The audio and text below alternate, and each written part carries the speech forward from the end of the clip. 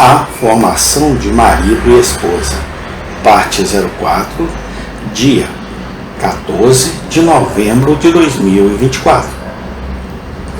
E até mesmo permanecer em celibato perpétuo, em vez de se casar, ser aquilo que sozinho pode constituir um casamento virtuoso. Afeição sincera. 3. O casamento deve ser sempre contraído com o mais estrito respeito às regras da prudência.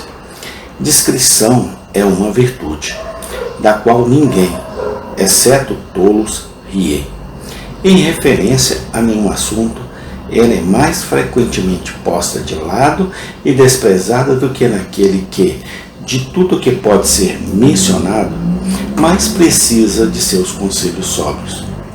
Pois o amor ser visto de pé no oráculo da sabedoria é considerado por alguns jovens românticos e tolos algo completamente fora do lugar.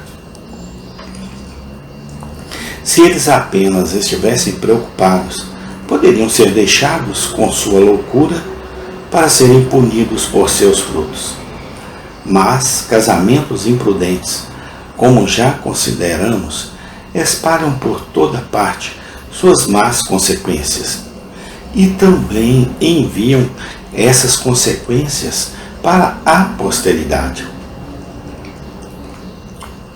O entendimento nos é dado para controlar as paixões e a imaginação, e aquele que, em um assunto de tal consequência, como escolher um companheiro para a vida, deixa de lado suas razões e ouvem apenas a voz da paixão. Perderam, pelo menos nesse caso, o caráter de ser racional e caíram ao nível daquelas criaturas que são totalmente governadas pelo apetite, sem o controle da razão. A prudência evitaria, se fosse permitida a ela guiar a conduta da humanidade, uma porção muito grande da miséria humana. No negócio diante de nós, ela não permitiria que ninguém se casasse até que tivesse uma probabilidade de apoio financeiro. É perfeitamente óbvio para mim que a atual geração de jovens não se distingue por uma discrição desse tipo. Muitos têm pressa demais para entrar em um estado conjugal e se colocam como chefes de família antes de terem qualquer esperança racional de serem capazes de sustentar suas famílias. Assim que chegam à idade adulta, talvez ou não uma renda competente, antes de terem certeza se seus negócios darão certo ou não, eles procuram uma esposa e fazem uma seleção precipitada, talvez imprudente. Uma família surge antes que eles tenham meios adequados para mantê-la. Suas finanças começam a afundar. A falência se instala. Seus futuros são arruinados para sempre. Eles se tornam um fardo para seus amigos e sua miséria, juntamente com a do parceiro de sua loucura e de seus infelizes filhos, está selada para o fim de sua existência na terra. Quantos exemplos desse tipo conhecemos e que podem ser considerados como tristes, verdadeiros e impressionantes comentários sobre a imprudência de casamentos imprudentes. Que os jovens exerçam sua razão e sua previsão, ou se não quiserem, mas estiverem determinados a correr para as despesas de uma casa e família, antes de terem aberto fontes para encontrá-las, que ouçam, apesar do canto de sereia de sua imaginação, a voz do aviso fiel, e se preparem para comer as ervas amargas de arrependimentos inúteis, por muitos anos longos e cansativos, após o banquete nupcial ter passado. A prudência proíbe todos os casamentos desiguais. Deve haver uma igualdade tão próxima quanto possível em idade, pois, diz o Senhor G. Quão antinatural, quão indecente é ver um velho cercado de crianças e bebês, quando ele mal consegue ver ou ouvir por causa das enfermidades da velhice.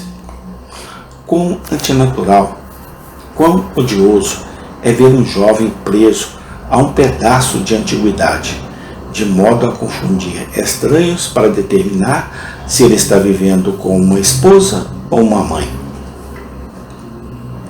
Ninguém dará à mulher em um caso, ou ao homem no outro, o crédito de se casar por amor, e o mundo será mal-humorado o suficiente, e dificilmente se pode deixar de participar da censura, para dizer que tais casamentos são meras especulações monetárias.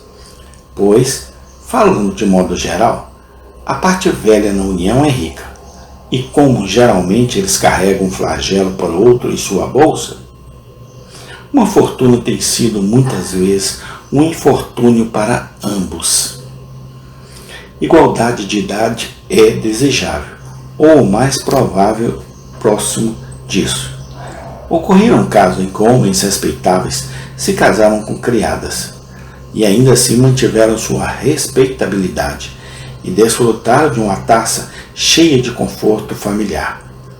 Mas esses casos são raros e geralmente contêm algumas circunstâncias peculiares, e é muito menos perigoso para um homem rico descer ao vale da pobreza por uma esposa do que para uma mulher rica descer por um marido.